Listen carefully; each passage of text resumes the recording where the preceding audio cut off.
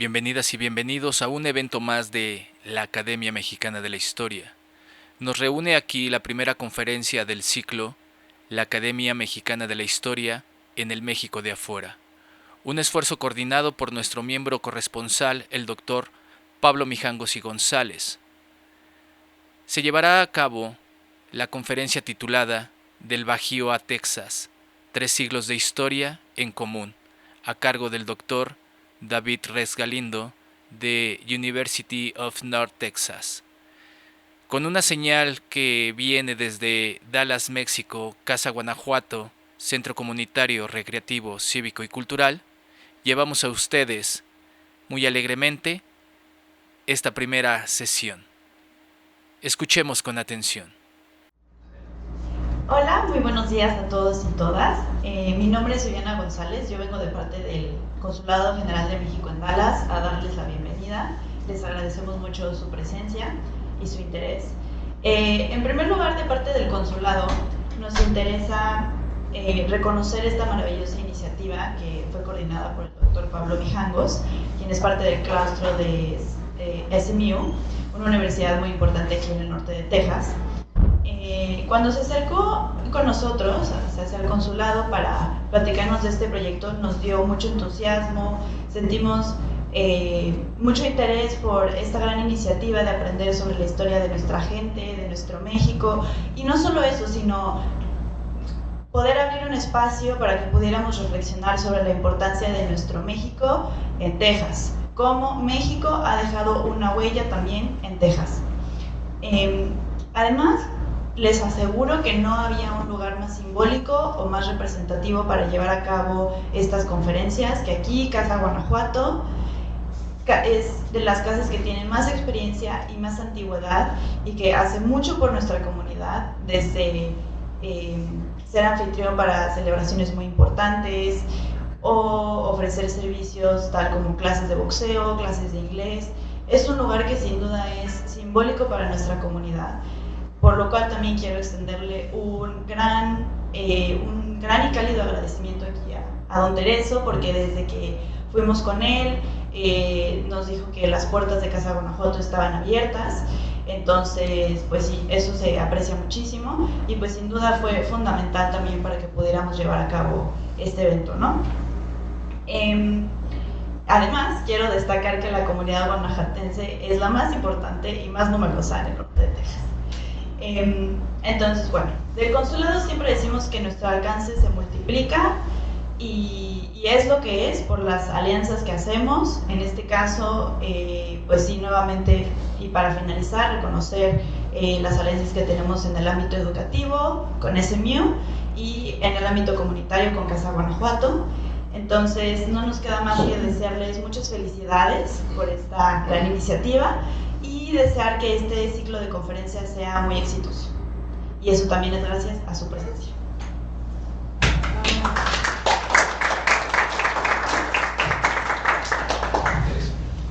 Sí, buenos días. Pues más que todo,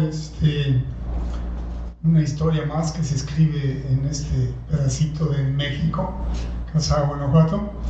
Quiero agradecer profundamente primero la confianza que tuvo para nosotros el señor Pablo Mijangos, que es el autor, digamos, de esta iniciativa, de la cual pues les menciono para que pasen la voz. Esta es la primera de varias que vendrán.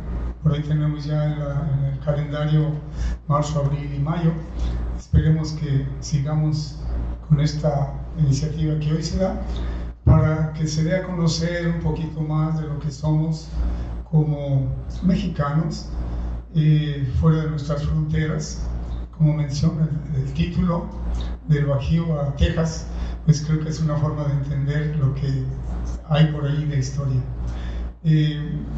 Agradecer a los demás compañeros que me apoyan y que están aquí con nosotros, y bueno, desde luego también a ustedes que están presentes, para que esta iniciativa pues tenga frutos y podamos lograr el sueño y el objetivo que se tiene como mexicanos, para que conozcamos nuestras raíces, nuestra tradición, nuestra cultura, lo que somos. Un poquito sobre lo que es este centro. Yo puedo decir históricamente 1975, pues con la necesidad que vemos en el crecimiento de nuestra comunidad de donde soy originario, a mucho orgullo, Ocampo, Guanajuato, pues con ese punto central vimos que era urgente que hiciéramos algo, y nace lo que es Compañeros Unidos de Ocampo, 1975, con la única intención de apoyarnos, ayudarnos, orientarnos, asesorarnos e informar, y al mismo tiempo sin olvidar que venimos de donde dejamos nuestras familias de origen, por los que estamos acá, para de ese modo trabajar también por ellos. Nunca me imaginé, ni tampoco sigo diciendo que ya fue el total, porque no sabía yo ni qué era lo que habíamos comenzado y a dónde íbamos a dar. Yo lo único que puedo pensar es que solamente somos instrumentos, y quien tiene pues la dirección es Dios. Lo hablo transparentemente porque no sabía ni qué era lo que tenía para mí. 20 años más tarde, de ese pequeño grupo nace esta organización que se llama Dallas México, Casa Guanajuato, de la cual pues estamos cumpliendo 30 años ahora en septiembre pasado. Es una historia larga, hay muchísimo que pudiéramos comentar, de anécdotas como migrantes, de éxitos, de fracasos, ¿por qué no?, de tropezones, pero que nos levantamos y seguimos adelante con esos sueños. Y sin darnos cuenta, encontramos que la necesidad más urgente será educación. Es prioridad para Casa Guanajuato desde los primeros años. Otra parte es deporte, de lo cual estamos participando desde entonces en boxeo también, en fútbol. Y bueno, es prioridad también no olvidar la raíz, la cultura, la tradición. Por eso celebramos todos aquellos eventos culturales que en nuestra patria se celebran. A través de estos 3 puntos, ¿qué no se puede conseguir o qué no se puede encontrar y alcanzar? Hay muchísimo que como migrantes y ya organizados en este centro hemos logrado, pero sí les comparto, no hemos terminado. Es una tarea de la cual tenemos esa convicción, ese sueño de que seguiremos intentando pues apoyar a quien nos busque, de donde nos llamen, quién nos llame, por qué nos llamen, a qué hora nos llamen, qué importa, hay que escuchar. Yo creo que la razón por la que nuestra gente no encuentra soluciones es porque no es escuchada, y yo pienso que les podemos resolver cualquier asunto, menos la muerte. ¿Cómo? En equipo, cada uno en los regalos o talentos que Dios le dio. Si los sabemos integrar, creo que podemos lograr ese sueño de ser felices, que es lo que vivimos a este mundo. Gracias, les doy la bienvenida a este centro, que es su casa.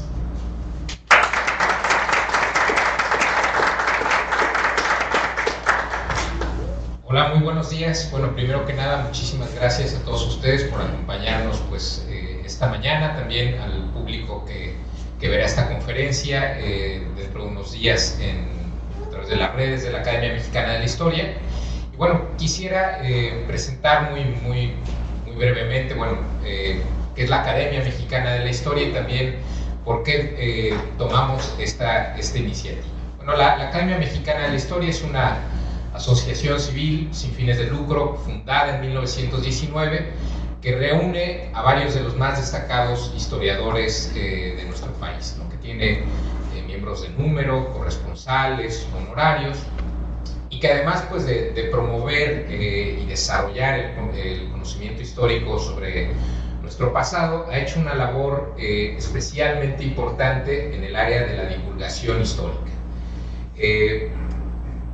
Desde hace algunas décadas, la Academia Mexicana de la Historia, en su sede en la Ciudad de México, en la Plaza Carlos Pacheco, un edificio muy bonito que ojalá visiten cuando tengan la oportunidad de pasar por allá, ha sido un lugar donde grandes historiadores entran en contacto directo con el público general, con gente que vive en el barrio, que sale de la secundaria, que viene del mercado, amas de casa, etc.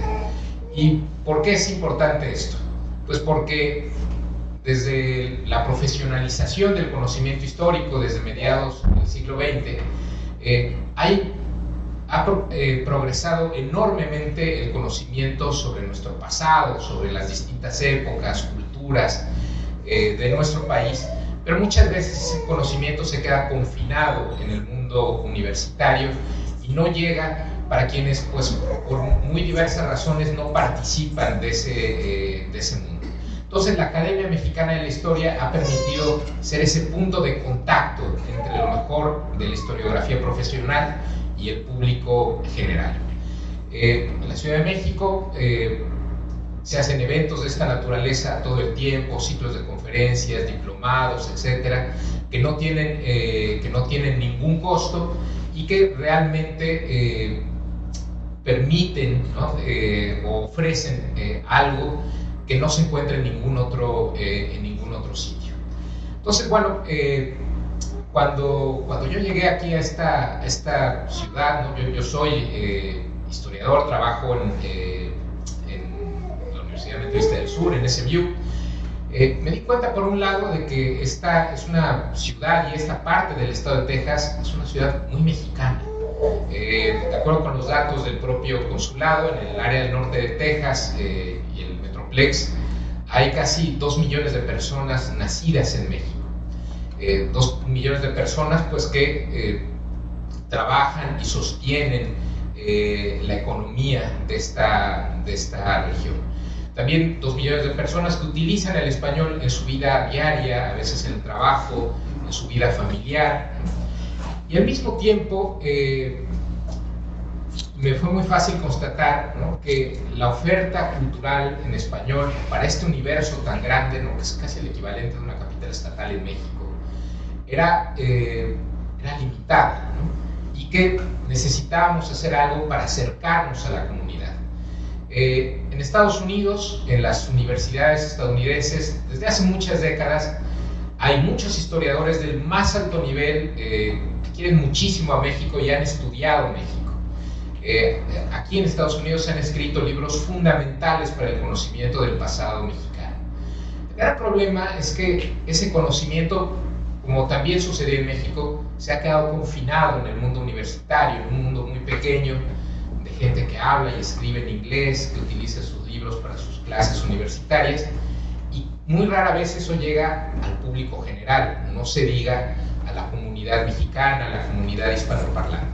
Entonces, la idea de este ciclo de conferencias es justamente trasplantar aquí, ¿no?, esa iniciativa, ese esfuerzo que hace la Academia Mexicana de la Historia en la Ciudad de México, con el apoyo de colegas hispanoparlantes de las universidades de la zona y eventualmente del estado, pues que también quieren acercarse a la comunidad, ¿no?, para mostrarles otra lectura, otra cara, ¿no?, del conocimiento de nuestro pasado. Quiero agradecer aquí primero el apoyo del Consulado General de México en Texas, de Viviana, de Francisco de la Torre, también indudablemente a Casa Guanajuato, a don Tereso, que nos abrió la puerta desde el primer minuto, evidentemente a la Academia Mexicana de la Historia y también a mi propia casa académica, SMU, a través de su centro, Texas Mexico Center, también pudimos llevar a cabo este evento. Entonces, bueno, este ciclo de conferencias, este primer ciclo de conferencias, la Academia Mexicana de la Historia en el México de Afuera, tendrá cuatro sesiones este semestre. Hoy es la primera, dentro de un mes una sobre el siglo XIX, y en abril y mayo otras dos sobre el siglo XX mexicano, pues que haremos la publicidad necesaria en su debido momento. Y hoy comenzamos pues con una conferencia pues, cuyo título me parece ideal, ¿no? para arrancar este ciclo, una conferencia titulada Del Bajío a Texas, 3 siglos de historia en común, que la impartirá un muy querido colega y amigo, David Rex Galindo, de la University of North Texas en Denton. Entonces, antes de darle el micrófono, nada más déjenme presentarles, ¿no? A nuestro ponente. El doctor Rex es mexicano honorífico, pero él nació en Madrid, en España, y obtuvo su doctorado en Historia en SMU en el año 2010, donde también ha impartido clases en los departamentos de Historia y de Lenguas y Culturas del Mundo. Tiene un máster en Estudios Norteamericanos del Instituto Franklin de la Universidad de Alcalá de Henares, un diplomado de Estudios Avanzados en Historia Española Moderna de la Universidad Nacional de Educación a Distancia en Madrid y un título en Ingeniería Industrial Mecánica de la Universidad de Valladolid, España. Él antes era ingeniero, pero se aburrió y se dedicó a lo que realmente le apasiona, que es la historia. Afortunadamente tomó esa decisión. Su investigación se centra en las fronteras imperiales en el mundo hispánico, la religión como herramienta del imperialismo español y más recientemente el trabajo y la explotación de los indígenas en los espacios coloniales americanos. Su primera monografía, To See No More, Franciscans and Conversion in the Hispanic World, 1683-1830, publicada en 2018, aborda la historia de los colegios franciscanos de propaganda fide y sus proyectos misioneros en la España moderna temprana y las Américas. También ha coeditado 2 obras colectivas, La frontera en el mundo hispánico y Franciscans in Colonial México. Actualmente está trabajando en 2 proyectos distintos. Uno se centra en los pueblos indígenas del sur de California, el misionero franciscano Fray Jerónimo Boscana y sus contribuciones a la etnología californiana. Y un segundo proyecto analiza los distintos sistemas desarrollados para extraer mano de obra indígena y tributos en los territorios fronterizos del norte de Nueva España desde el siglo XVI hasta principios del siglo XIX. Entonces, bueno, los dejo en manos de un excelente historiador, amigo y colega, y pues muchísimas gracias de nuevo por acompañarnos.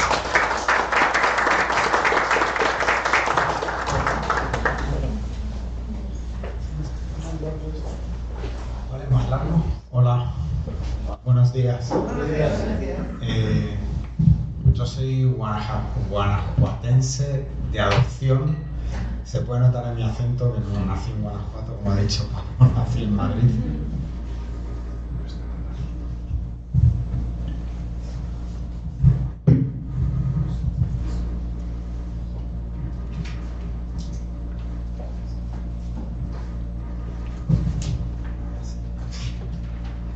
Vale, está bien, me escuchan, ¿no? Bueno, querría agradecer, por supuesto, a Pablo por la invitación, por organizar todo esto, este evento, este ciclo de conferencias al que esperamos que vengan ustedes y que corran la voz. Yo tengo la responsabilidad, a mí me han metido la presión de que lo tengo que hacer muy bien para que ustedes se vayan muy contentos y contentas y se lo digan a sus amigas, a sus amigos, para que venga toda la gente al resto de ciclos de conferencias. Esa es la presión, ¿no? que ha caído sobre mí. Agradecer al consulado, por supuesto, a Viviana por estar aquí, Sandra, mi colega, que también va a ser ponente, agradecer a SMU, el Texas Center, como pueden ver aquí, son parte de las instituciones que han colaborado en organizar este ciclo de conferencias. La Academia Mexicana de la Historia y, por supuesto, don Teresio Rubén, que está ahí detrás, por facilitar, ¿no? todo el ciclo, facilitar el lugar y luego toda la cuestión tecnológica.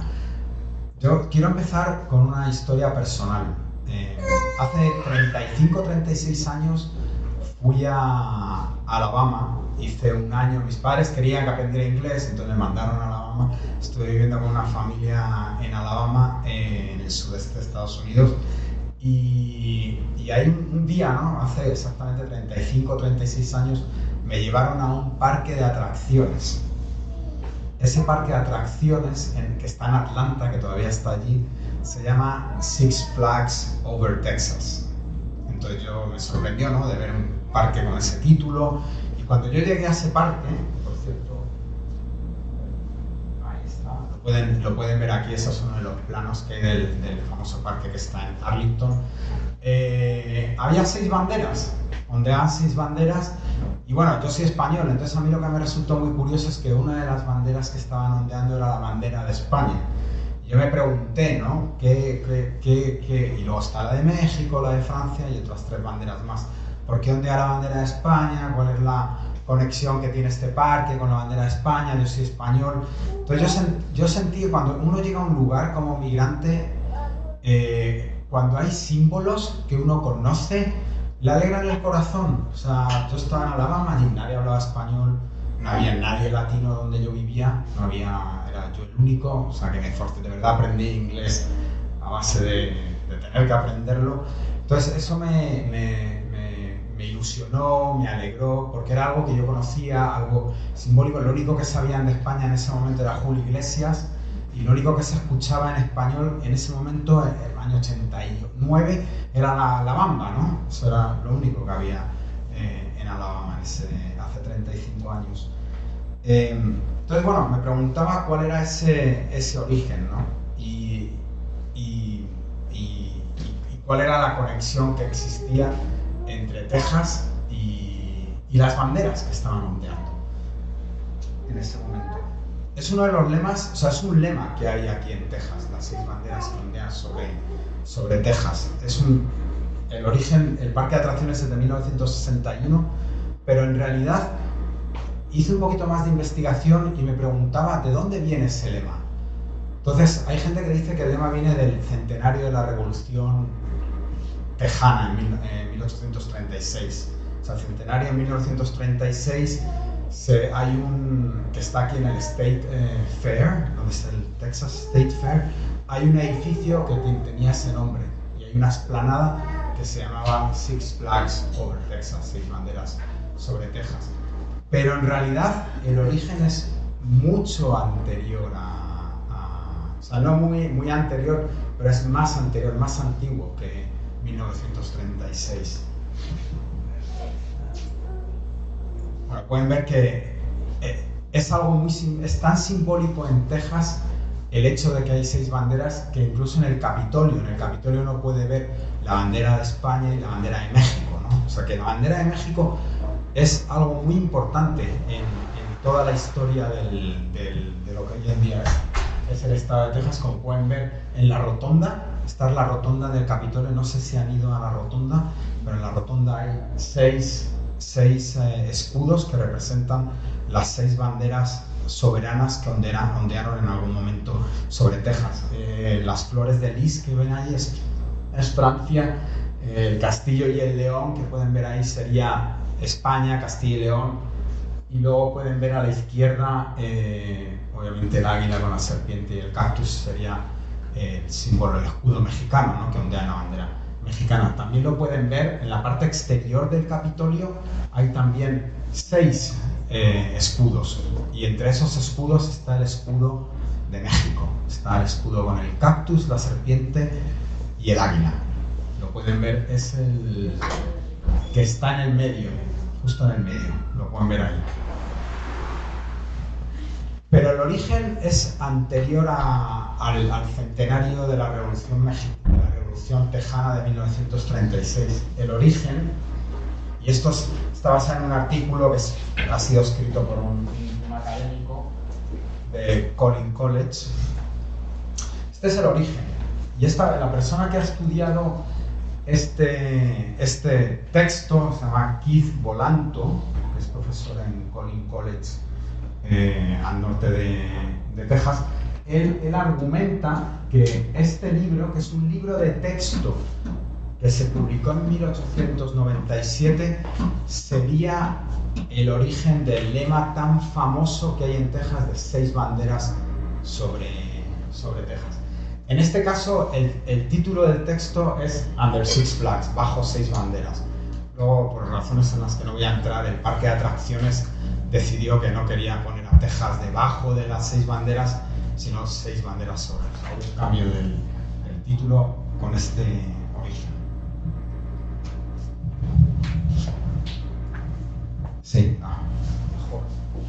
puedo hacerlo.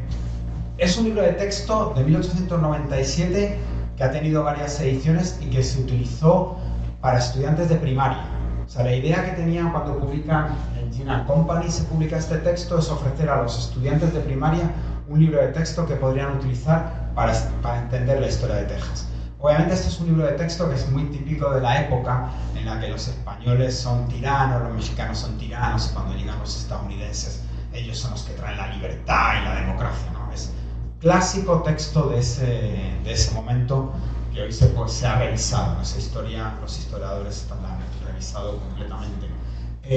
Lo interesante es que este texto fue muy popular, se utilizó en los colegios de primaria hasta el punto de que los colegios en ese momento empezaron a hacer como obras de teatro en las que aparecía pues, una mujer, normalmente eran niñas que iban vestidas pues, con algo que ellos, y eran niñas en los colegios, había segregación, entonces en los colegios donde eran estudiantes blancos eran niñas blancas que se vestían como españolas, o se vestían como mexicanas, o se vestían algunas veces, bueno, hacían todo este tipo de transformación para, como ellos veían que era México y España, pues así lo representaban, ¿no? Y este tipo de festivales se realizaban en los colegios por todo el estado, pero luego se llegaron a realizar en otras circunstancias también, en otro tipo de eventos, hasta el punto de que en la conciencia popular tejana se acabó convirtiendo en el lema que define, ¿no? Lo que es Texas,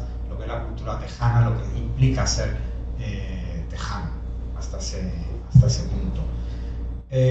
Y estas banderas, en realidad, como pueden ver aquí, sí muestran la historia rica que tiene el estado de Texas, ¿no? O sea, uno que está aquí se puede identificar con esa historia simplemente viendo estas banderas. Eso es lo que me pasó a mí cuando yo estuve en Alabama hace 35 años. Cuando yo llegué a Alabama y fui a este parque y vi la bandera de España, se estableció una conexión personal. Y esto es lo que hizo que me empezara a interesar un poco la historia de lo que hoy en día es el sudoeste de Estados Unidos y el norte de México, ¿no? Porque yo vi, hay una bandera, había españoles. ¿Cuál es esa historia? Entonces, bueno, mi carrera, como ha dicho Pablo, tomó otros derroteros hasta que finalmente uno vuelve a lo que de verdad quiere hacer, que es su pasión, y es lo que ustedes tienen que inculcar a sus hijos y nietos y familiares, que uno tiene que hacer lo que de verdad es su pasión, ¿no? Y es lo que yo hice, y por eso estoy aquí hoy en día.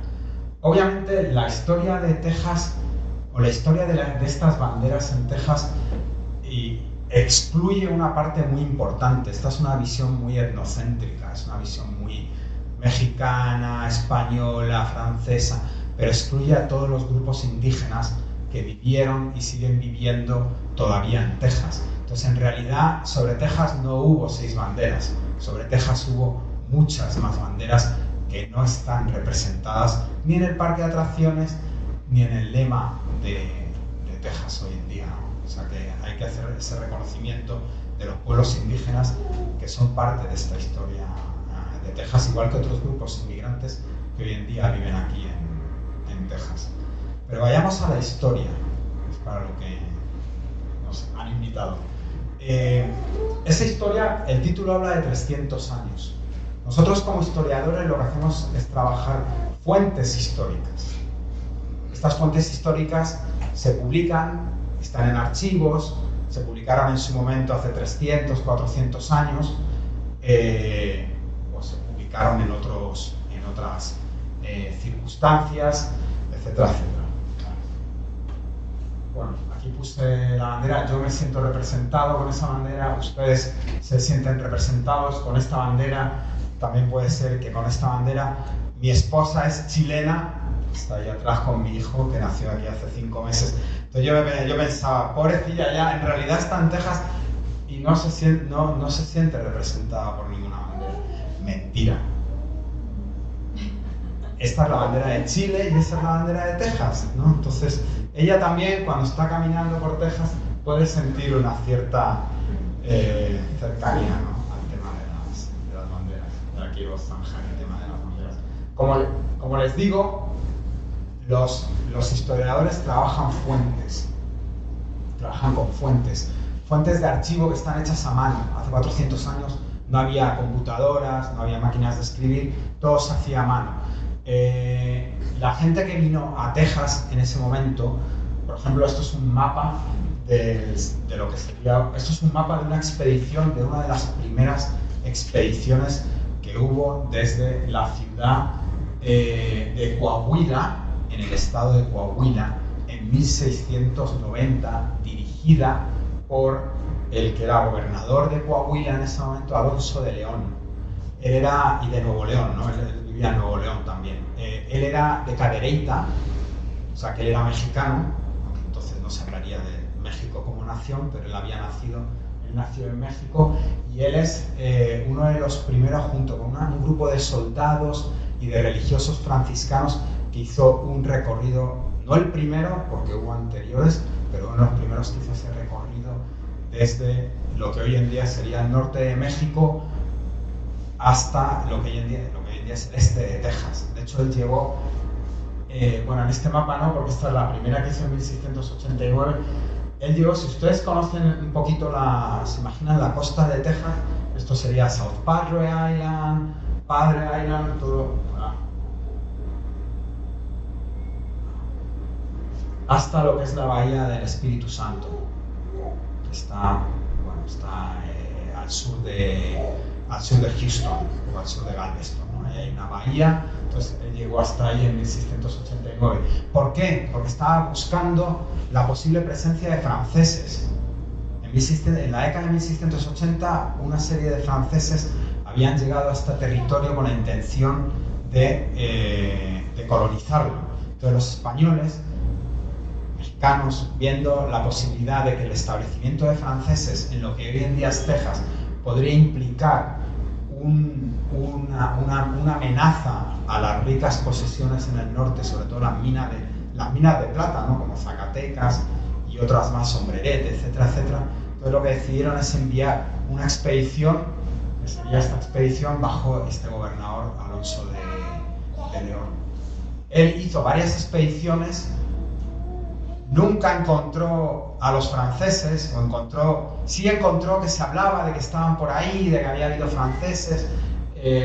Fue como el gato y el ratón, ¿no? O sea, la búsqueda, no se encontraban, no iban a saber, pero al final los franceses acabaron yéndose de este territorio a pesar de estas, como resultado de estas entradas españolas y también como resultado del propio desastre que fue este intento francés de colonización de Texas. Este sería otro mapa, es un mapa de 1690, al año siguiente, Alonso de León, con religiosos franciscanos, con militares, con auxiliares, incluidos muchos indígenas, vuelve a hacer otra entrada, otra vez desde Coahuila, y bueno, va atravesando los ríos y llega hasta, no lo pueden ver bien, hasta un sitio que llama Carolina en honor al rey de España en ese momento, Carlos II, a un pueblo de un grupo indígena que se llama Asinay, que forman parte de lo que sería una confederación indígena más grande, los Caddo, y a un pueblo, a una población que él llama Poblado de los Texas. Y de ahí se discute de qué se puede ser el origen del nombre de los Texas.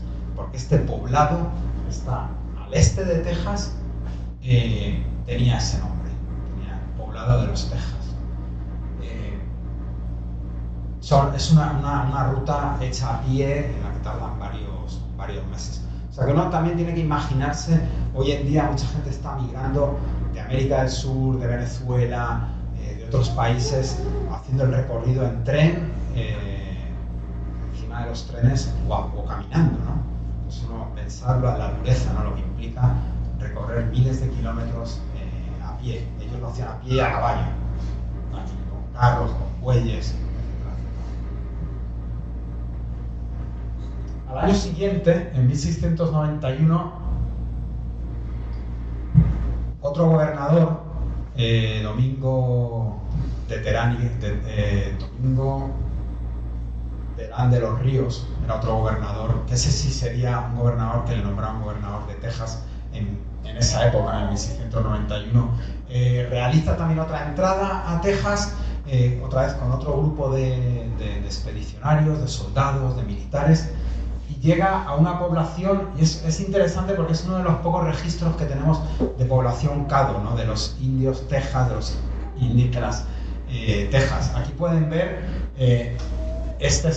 pueden ver el río, pueden ver canoas, ven las canoas pequeñitas. Pueden ver canoas, pueden ver que está todo fortificado con árboles, con arbustos, todo está cerrado, o sea, cada familia, hay 25 unidades familiares en este mapa, 5 están arriba, 1, 2, 3, 4 y 5, y las otras están por debajo. En el centro, donde hay una cruz, no sé si la pueden ver, en el centro estaría la casa del líder de esta comunidad, y en la izquierda estaría el templo. Los Caddo construían montículos. Los montículos eran sus templos religiosos. Entonces nos queda desde esa época esta descripción, ¿no? Las entradas a las cabañas mirando hacia el sur, esto sería el sur, es curioso, ¿no? Y bueno, es curioso también el uso del río, ¿no? El uso del río que tendrían utilizando las canoas.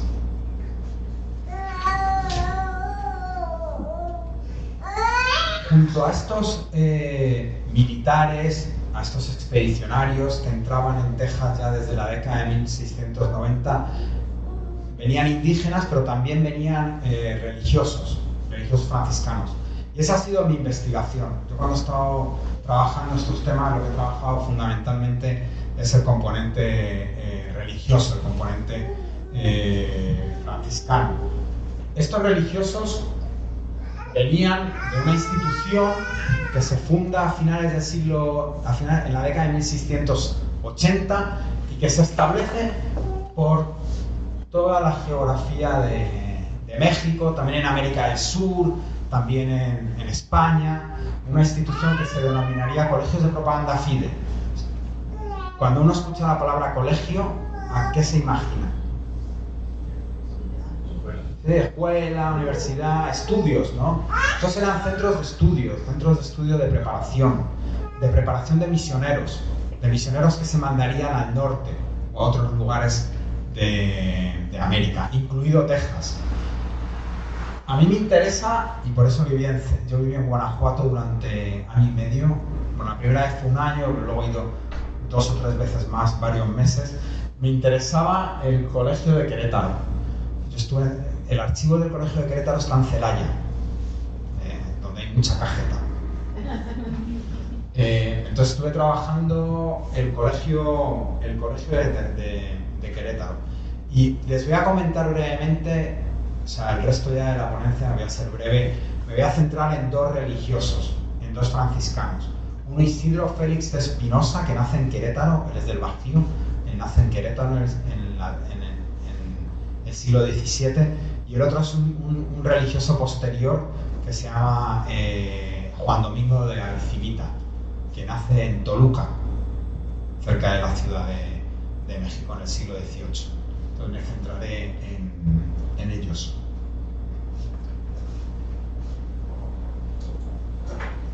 Pero antes de entrar un poco en estos 2 religiosos, sí querría comentarles brevemente, y esto está sacado todo de un libro de un historiador que se llama Jorge René González Marmolejo, que ha trabajado a todos los niños que eran de diferentes partes de México que quisieron entrar en la orden religiosa franciscana y entrar en concreto en este colegio a estudiar para ser un religioso franciscano. Y él ha descubierto que hubo niños que venían de España que estaban viviendo en México, pero también hubo muchos niños que eran de la Nueva España, de lo que hoy en día es México. Y él ha hecho como un estudio sociológico de dónde vienen estos niños, quiénes son sus papás, quiénes son sus mamás, y nos ha dejado unas tablas que yo he copiado de su libro para poder exponérselas a ustedes hoy en día. Entonces, 58 venían de España, 88 venían de la Nueva España, incluidos estos 2 que les acabo de comentar, Isidro Félix de Espinosa y Juan Domingo de Arcivita, 2 de otros lugares y hay 23 de los que no sabemos de dónde venían. Y tenemos los orígenes, estos serían los orígenes de los niños. A lo mejor hay alguna comunidad que ustedes reconocen, que han estado allí o que son de allí. Obviamente, si el colegio está en Querétaro, lo lógico es que la mayoría fueran de Querétaro. La mayoría, 19, eran de Querétaro, de la Ciudad de México, de Puebla, venían algunos, de Celaya, donde yo estuve haciendo mi investigación, de Salvatierra, de Guanajuato, de Valladolid, que hoy en día es Morelia, incluso de Chiapas, ¿no? San Juan del Río, San Luis Potosí, Toluca, de Toluca sería también, ¿no?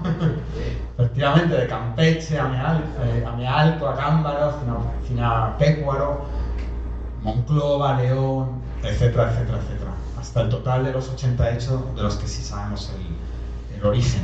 Aquí están distribuidos por el obispado o el arzobispado al que pertenecería el lugar de donde ellos eran originarios. Entonces, bueno, pues aquí se puede ver otra vez, un poco repetitivo, ¿no? Pero ahí sabemos del obispado de Michoacán, que todavía existe, del arzobispado de México o de otros obispados como el de Puebla. Menciono mucho Puebla porque mi compañera, la doctora Sandra Mendiola García, es de Puebla. Y luego podemos ver los lugares de nacimiento también de los papás de estos niños. Entonces sabemos que algunos niños eran de los que se puede conocer, porque las fuentes son dispersas, es difícil saber de dónde eran todos. Algunos de Acámbaro, de Cuitzeo, de Dolores, de Guadalajara, de Guanajuato, Turécuaro, Marabatío, etcétera, etcétera. A lo mejor ustedes también reconocen algunos de estos lugares. Algunos de estos religiosos acabaron en Texas. Pues ahí es donde está esa conexión, ¿no?, que hay entre el Bajío y Texas y esos 3 siglos de historia o más de historia en común. Y de las mamás, también podemos saber el origen, papás y mamás de Querétaro, de Ciudad de México, de Puebla, de Guanajuato, de Acámbaro, Cadereyta, etcétera, Y de nuevo, este es el texto del que obtuve estas maravillosas tablas, el trabajo de González Marmolejo, Los novicios del Colegio de la Santa Cruz de Querétaro, que fue publicado en Querétaro hace más o menos 11 años. Los religiosos franciscanos en Texas, y eso es palpable hoy en día si ustedes van a San Antonio, dejaron misiones. Eso es lo palpable. Luego está el folclore, está la religiosidad popular, que eso no es tan palpable. Se ve, pero no se toca, ¿no? Pero lo material está ahí todavía. Y aquí pueden ver una distribución de las 36, más o menos, misiones que se fundan en lo que hoy en día es el estado de Texas. Las primeras, es curioso porque uno pensaría, las primeras se fundan a lo largo del río, a lo largo del Río Grande, pero las que entran de lleno en el estado de Texas se fundarían más bien más cercanas a la frontera con Luisiana. ¿Por qué? Porque los franceses estaban en Luisiana, entonces siempre querían establecer misiones y fuertes para prevenir la entrada de franceses en Texas. No es que les interesara tanto Texas, lo que más les interesaba era proteger la plata. La plata estaba, lo que siempre nos interesa a todos, la plata estaba en las minas, no en los reales de minas, al norte de lo que hoy en día es México. Y en cuanto a la cultura tangible y palpable material de hoy en día, bueno, uno va a México, a San Antonio y puede hoy en día visitar las 5 misiones. Una se la han quitado a la iglesia y han hecho ahí como un espectáculo de recreación de lo que fue la batalla del Álamo, pero el resto las 4 siguen todavía bajo control de la diócesis de San Antonio o del State Park Service. Bueno, esta es una de ellas, para mí es una de las más bonitas, la misión de San José y San Miguel de Aguayo, que está muy cerquita del centro se puede ir en bicicleta, ¿no? Se puede visitar en bicicleta, que se empieza a edificar en 1716, hace casi 310 años de cuando se empieza a construir esta iglesia. El edificio actual es un poco posterior, pero todavía es del siglo XVIII, o sea, tiene más de 200 años este edificio de San Antonio.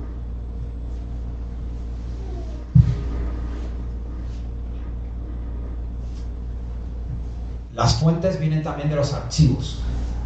Y este es el tipo... La letra es un poco extraña, pero es bonita, ¿no? Es una letra bonita, está bien escrito, está escrito, en este caso, por uno de los religiosos que a mí me ha interesado bastante. Yo diría que es el primer historiador, uno de los primeros... No es el primer historiador porque hay uno anterior del siglo XVI, pero es uno de los primeros historiadores de Texas.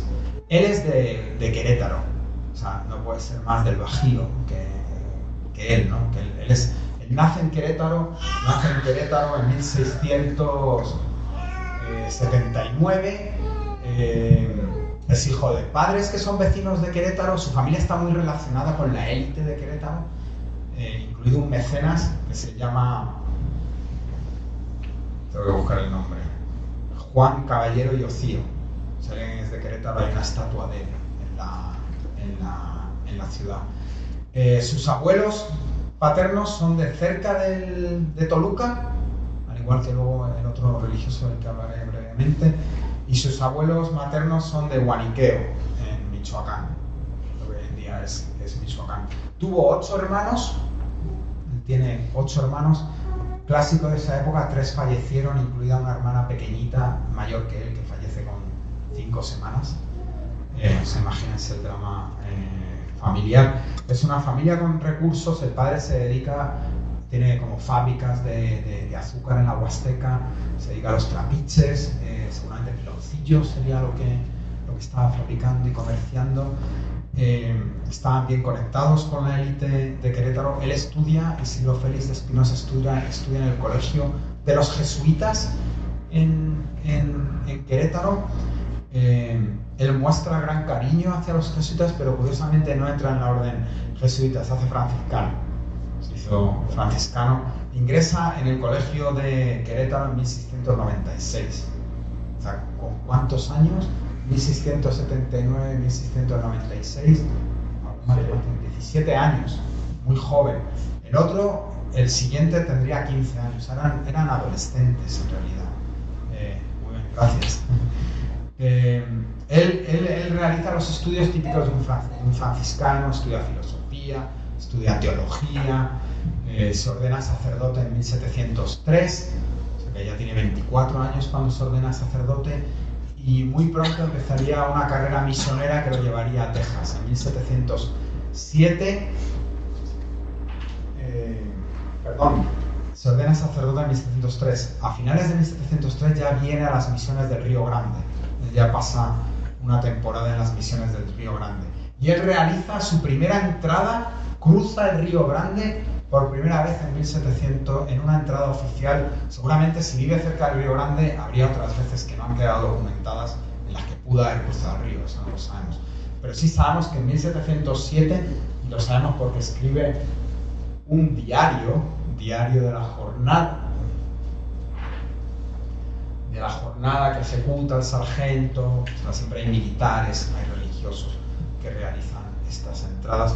Él realiza una entrada a Texas en este periodo, en este año, y realiza otra entrada en 1700. Esta no es la de 1709, digo.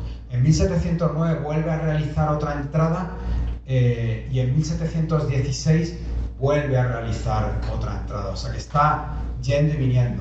La de 1716 es importante porque ese año establecen misiones en el este de Texas.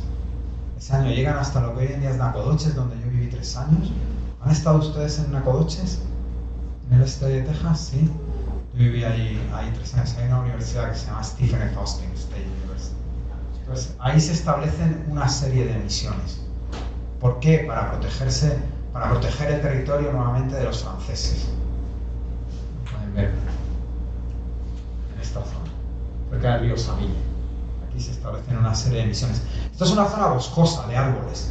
Las misiones que se establecen no son de piedra, son de madera. Y la madera se descompone. Entonces, cuando abandonan las misiones desaparecen. Por eso no hay esa evidencia como hoy en día, ¿no? Las misiones las han tenido. No tenemos un San José en el este de Texas. No existe esta. No hay restos de este tipo misiones. En el este de Texas fundan 6 misiones en 1716, y una de ellas sería la misión de Nacogdoches, que es el pueblo que les estoy comentando donde yo viví. Esta misión se abandona finalmente en 1773. El motivo de abandonar la misión es que la Luisiana ya no es parte de la corona francesa. La Luisiana, por tratados internacionales, pasa a ser posesión de España. Entonces el rey de España piensa que si Luisiana es española, ya no hay miedo al francés, ya no hay miedo a la posible incursión de franceses para intentar dominar Texas y luego entrar en lo que al rey le importaba, que eran los reales de minas, ¿no? La plata. Eso es lo que le importaba y lo que quería él proteger. Entonces se abandona, se vuelve a ocupar de nuevo en 1779 por una persona que había nacido en esa región, porque la gente, bueno, a uno no le gusta dejar el lugar donde vive, ¿no? Eso lo sabemos todos. Uno quiere quedarse en el lugar donde vive, pero por razones de la vida, ya sea económicas, políticas, por la razón que sea, uno tiene que emigrar y tiene que marcharse hasta otro lugar. Antonio Gil Ibarbo, junto a un grupo de familias que vivía por aquí, en un pueblo que se llama Los Adaes, se niegan a huir de su hogar, no quieren huir. Entonces finalmente consiguen una autorización del rey para fundar este pueblo en Nacogdoches en 1779. Entonces ahí vemos otra vez esa herencia, ¿no?, que hay mexicana, ya no es del Bajío, pero sí es mexicana, con un lugar tan lejano, nos puede parecer lejano como es el este de Texas. Isidro Félix de Espinosa publicó un libro en 1746 en el que en una parte, bueno, es un libro que está dedicado a toda la historia de lo que estos frailes franciscanos están haciendo por todo México, por todo el norte de México, por el sur de México, también en Centroamérica. Es un libro que está dedicado, es una historia en la que habla mucho, es una narrativa en la que exagera, exalta lo que hacen sus amigos misioneros, lo que hacen otros misioneros franciscanos. Es lo que se llama una hagiografía. O sea, una hagiografía es decir todo lo bueno y lo maravilloso que puede ser una persona. Y en ese libro, que es muy gordo, tiene como 600 páginas, dedica 13 capítulos a la historia de Texas. O sea, ese libro ya aparece por la fundación de las misiones, lo que están haciendo los religiosos, las relaciones con los indígenas, la geografía del espacio, la naturaleza, la flora, la fauna, los pájaros, los animales que hay en Texas, los indígenas. Se hace estudios de los indígenas. Por supuesto, piensen ustedes que en ese momento pues al indígena se le describía de una manera muchas veces era peyorativa, ¿no? Pero él hace una descripción porque él conoce, él había estado en Texas. Él hace una descripción de lo que él había visto. Tenía una visión de primera mano. Por eso esto es una fuente primaria que se puede utilizar para el estudio de las misiones. Años después, en 1792, como pueden ver aquí, otro religioso, que es Juan Domingo de Arricivita, escribe una continuación de la historia que había terminado Espinosa. Escribe una continuación. Él era de Toluca, no es del Bajío, es de Toluca, pero él había pasado desde los 15 años, vivía en Querétaro, o sea que era queretano por adopción, en realidad. Él nace en Toluca en 1720, él ingresa en el colegio en 1735, entonces ¿cuántos años tenía? Del 20 al 35, 15 años, o sea, es otro niño. Imagínense, la familia lo deja ir en esa época en la que viajar se tardaban días, ¿no?, en llegar de un lugar o semanas de llegar de un lugar a otro. La familia lo deja ir a Querétaro para que los frailes, los religiosos, lo eduquen en este colegio de Querétaro.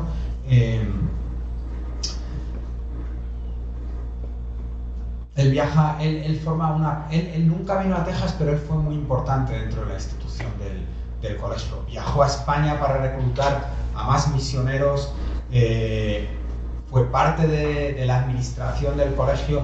Él estuvo como administrador del colegio muy involucrado en todo lo que era la expansión misionera de los religiosos en ese momento, incluido las misiones en Texas. Y él, como les acabo de decir, escribe este texto, en el que en el último libro de este texto, que también los dos tienen el título parecido, no es una crónica, son crónicas, son historias, ¿no?, de lo que serían estos colegios de propaganda fide. Él también realiza una historia de las misiones en Texas, y también le dedica otros 12 o 13 capítulos para relatar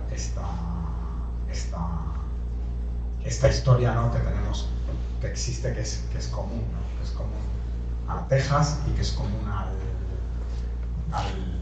Bajío. Y con esto, de una manera muy breve, creo que no me he extendido mucho, lo que he querido es darles unas pinceladas de lo que nos une, ¿no?, de lo que nos une. Yo como español, ustedes como mexicanos, estadounidenses, estadounidense,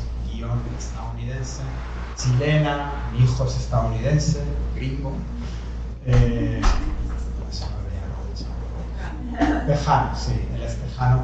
Entonces existen estas historias que nos unen a todos, ¿no? Entonces es algo que no separa, que une, son vínculos que establecemos que creo que deberían de ser conocidos y que nos deberían de hacer sentir, de ser orgullosos, ¿no?, de estos lazos y de estos vínculos que tenemos en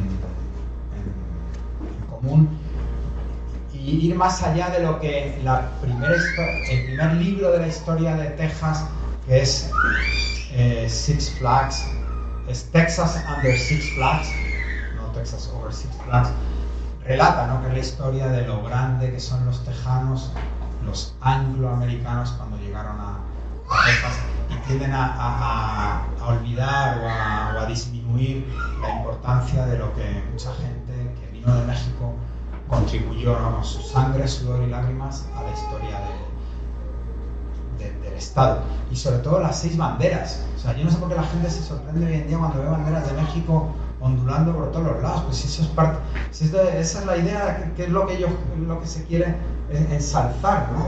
Falta el tema indígena. Ahí sí que deberíamos de cuestionar por qué no está el tema indígena en esas banderas.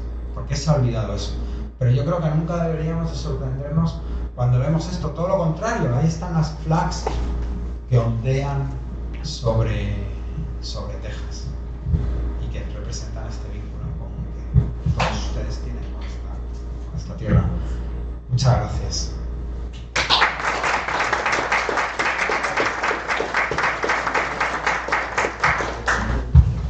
Pues tenemos todavía unos 15 minutos o más para preguntas que tengan directamente para David. No sé si alguien tendrá alguna pregunta, algún comentario, alguna inquietud que nos quisieran compartir. Yo comentario, buenísima exposición, muy interesante. Gracias. Muchas gracias. Un comentario igual. Yo estaba aquí, estaba tomando una clase y me invitaron hace unos segundos a participar. A otra clase. Sí, a esta exposición suya, y sumamente me siento honrada y bendecida el día de hoy que una persona de su tamaño, sé lo que la escuela es en vivo y digo, wow, he sido privilegiada en poder escuchar esta conferencia, gracias, y a promoverla para que más gente venga a escucharla, porque esto es un privilegio. Sí, lo que viene es mejor, ¿eh? Sí, gracias. No, gracias a ustedes por estar aquí. Es un honor, de verdad. ¿Son de Guanajuato? No, yo soy de Tampico, de León, Guanajuato. De León. Sí, por eso me interesó mucho el libro. ¿Y apareció León? Sí. Sí. Yo de Campeche. De Campeche también apareció. Campeche, sí. Sí, no, es que el lazo está ahí. O sea, la historia está ahí. Nadie puede ocultarla, nadie puede esconderla. Es visible, es palpable y es visible. Sí se trata de esto, de la historia. Sí, muchas veces. pero para eso Y luego va saliendo. Claro, claro, hay que respetarla. Sí, Alex. Una pregunta, profesor. ¿No debe de haber 7 banderas de Texas? ¿Cuál sería la séptima? La que no duró más de 3 meses, el República de Río Grande. La de Fredo. La de Río Grande, República de Río Grande. Ahí en la frontera. Es verdad. Bueno, en Nacogdoches son 9. Porque tienen Fredonia, tienen. Sí, en Nacogdoches tenían 9 banderas. Porque ahí los laredenses les importa tanto el República del Río Grande que nomás duró que unos 5 o 6 meses. Sí. Bueno, la de Fredonia, ¿cuánto duró? Poco también, ¿no? Semanas. No, sí, por banderas sí. Faltan banderas. Desde luego. Gracias, David, por tu charla. ¿Estas crónicas que escribieron los mexicanos están digitalizadas o Sí. dónde las digo? Sí, están todo está digitalizado. Se puede acceder a ello. Hay una página web que se llama archive.org donde si uno teclea los títulos ahí las puede bajar. Sí, todo está digitalizado porque como no hay derecho de autor desde 1920, antes de 1924 o 25 todo queda libre de derecho de autor. Me interesa por lo de la universidad de donde venimos, en la Universidad del Norte de Texas. Vamos a sembrar como plantas que se puedan comer. Y entonces una de las cosas que estamos buscando es encontrar plantas nativas y ponerlas así en varias partes de la universidad. Entonces por eso me interesó. Sí, porque él habla de las plantas, y en los diarios también.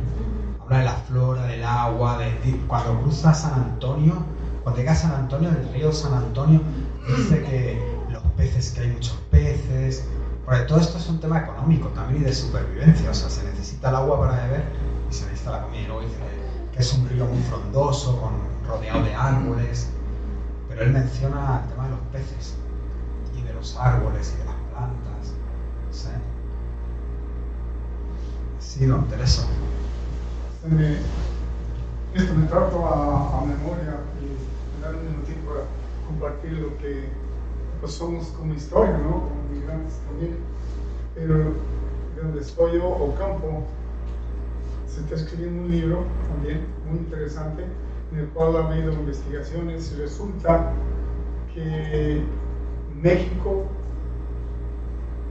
hacia Guanajuato, pasando por Guanajuato, Querétaro, Guanajuato, Zacatecas, hacia las minas, desde luego, el primer camino que lo funda un santo, ahorita no me puedo acordar de su nombre, pero lo voy a conseguir para la siguiente, se los comparto. Este santo que fue el fundador de este camino, el nombre de Tierra Adentro. Este viene desde la capital, pasa por estos lugares y va a dar hasta Las Cruces, Nuevo México. El orgullo que me trae, porque pasa por el medio, calle Hidalgo, que cruza el medio de Ocampo, unas norias que existen desde entonces y que lo utilizaron para descansar los carruajes y darles agua a los animales, se convierte en el municipio de Ocampo después de muchos años. Sí. Pero es interesante saber la conexión que tenemos con Estados Unidos, ¿no? con nuestra tierra, con Texas especialmente, con Nuevo México en este caso. Cruza Nuevo México un camino que lo están haciendo una historia hasta México. Lo utilizaron precisamente para caminar con esa plata y ese oro que llegaba hasta la capital. Esa es una parte. La otra parte, hace apenas, que será 25 años, yo aquí tengo 50 y tantos, había un personaje, Henry Martínez, si alguno lo escuchó por ahí. Este personaje vino, tocó la puerta de Casa Guanajuato, me interesó tanto, nos integramos. Neighborhood Association es una organización que él tenía aquí en el West Dallas. Resulta que él es de las familias que vienen de Guanajuato. Esta es una historia muy más acá de la Revolución Mexicana, de los primeros años del siglo pasado. Llegaron aquí a Dallas y está un lugar en en Oakley, precisamente en este shopping center que está en el 30 y la Cracker Hill, según que quieren ir a conocer. Es un lugar historic area, le quedó el último, porque Casa Guanajuato y Neighborhood Association se integraron para lograr que este centro de negocios enorme, logramos que no sacaran el panteón que existe de estos mexicanos guanajuatenses que están sepultados allí. Resulta que en los primeros años del siglo, porque hubo una enfermedad fuerte y hubo muchos muertos, no encontraron dónde sepultarlos, porque en los panteones americanos no los dejaron. Esa es una realidad, no es cuentos. Entonces el patrón, el corazónico, pues ahorita lo que queda clandestinamente, aquí está este lugar. Y es, se llama el panteón, se llama Camposanto. Trinity Portland Cement, según de lo escuchan, es muy popular. Y yo, que han venido los gobernadores, han venido todos, a todos los he llevado que conozcan ese centro. Es un panteón arrumbado, vaya. No arrumbado porque lo vamos y lo limpiamos de vez en cuando, pero digo, se logró mantener un cuarto de lo que sería todo el panteón, y es un historic area. Está en medio del centro comercial. Si un día visitan, aquí está a 5, 7 minutos, estamos aquí. ¿De qué lado de la Cracker Hill para la Cracker Hill pasa por Mary Mary, el panteón estaría como caminando a, no sé, 2 cuadras, así de tiempo. Hay ¿cómo se llama? Golden Corrales. Sí, Golden Corrales. Okay, pues nada más caminar el Golden Corrales, está un hotel nuevo, hay que caminar a pie, que no nos dejaron ni entrar siquiera, y andamos luchando porque nos den un camino para entrar, para poder lograr. Pero bueno, les trajo esto para compartirlo porque somos historia de un modo y otro de cuando vengamos. Hemos dejado, aquí hay mucha historia. Entonces, el último que se sepultó allí, 1945. El Eladio Martínez, que defendió la patria de Estados Unidos, murió en Corea, se sepultaron allá, lo exhumaron, y que se sepultó allí. Ahí están, toda la familia Martínez, ahí están sepultados todos. Yo tengo aquí, si quieren, ahorita que terminemos, conocer su foto y conocer la historia, está en inglés. Que Henry, que acaba de morir hace poco tiempo, era el último que quedaba de la familia. Hay nietos, pero no les interesa mucho, no se ve que hagan. Sin embargo, dejó un gran legado al caso. Gracias.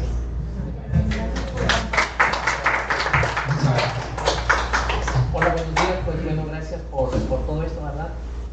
Lo que yo quiero expresar, opinar es de que por ejemplo lo que decía don Tereso es el camino real que comenzaba en Santa Fe, que es Nuevo México, y luego que llegaba pasaba por todos estos pueblos, ¿verdad? Pasaba principalmente Zacatecas, Guanajuato, que eran los centros mineros, era donde más minerales se extraían, y luego cuando le decían de hacia adentro era porque había otros centros mineros, llámese San Luis Potosí, que es San Pedro, ¿verdad? Hasta algunos otros municipios.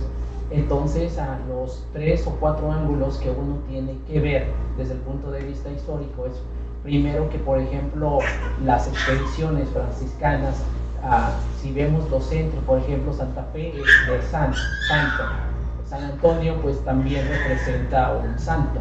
Entonces esas ciudades uno mira y dice, bueno, tiene el contexto católico, el contexto español, y después uno mira, por ejemplo, a pueblos indígenas, pueblos que tienen su nombre indígena, y hay otros, que llámese Dallas, llámese Houston, que representa pues los generales o los que cuando se hizo independiente Texas. Entonces hay mucha relación y mucha conexión tanto con los nombres como el contexto, ya sea religioso, ya sea militar, ya sea económico, y uno es lo que uno tiene que saber o tener su identidad. Es decir, bueno, somos en ese tiempo, era una sola nación que abarcaba desde Centroamérica hasta todo lo que es el norte de Texas, y pues pertenecía a una nación que fue independiente, después después se independizó Texas, pero pues tenemos esa conexión, esa relación, como que dijo usted, falta el otro contexto de los pueblos indígenas, los jicapulos, algunos otros en el norte pegando con Oklahoma, otros pegando con Arkansas, y todo eso pues se ha olvidado porque a veces quien escribe la historia no le conviene que la gente conozca su identidad. Sí, efectivamente, al final es la responsabilidad del que escribe la historia para poder hacer visibles, ¿no?, las personas que han sido invisibilizadas. Sí. Hay un camino de los Texas, hay un camino, o sea, esto es como la autopista, ¿no? Está el camino de tierra adentro, pero luego hay un ramal, que es el camino de los Texas, que pasa por San Antonio y que llegaba hasta los Adares, que está muy cercano a la frontera con Luisiana. Pasaría por Nacogdoches. Entonces también hubo un camino real aquí en Texas, que seguía, los caminos reales, como todos los caminos, seguían rutas indígenas muchas veces, ¿no? Y en el caso de Texas, los indígenas serían en algunos casos rutas de los animales, de los búfalos, o sea que el camino en realidad puede tener un origen que es más allá del ser humano. Sí. Y luego lo de una... Perdón, esto no lo dije porque en ese momento no me vino a la cabeza. Este es el río Rojo. O sea, en ese momento se llama Río de San Andrés de Galvez, Río Rojo. Muchos nombres se han traducido al inglés. Este es el Red River, que es el que hace frontera entre Oklahoma y Texas. No es un río así muy ondulado. El Trinity River, que pasa por Dallas, ese era el río Trinidad, pero lo han traducido al inglés. Eso también muestra, ¿no?, todavía más esa historia. Gracias. Bueno, pues les pido un aplauso para nuestra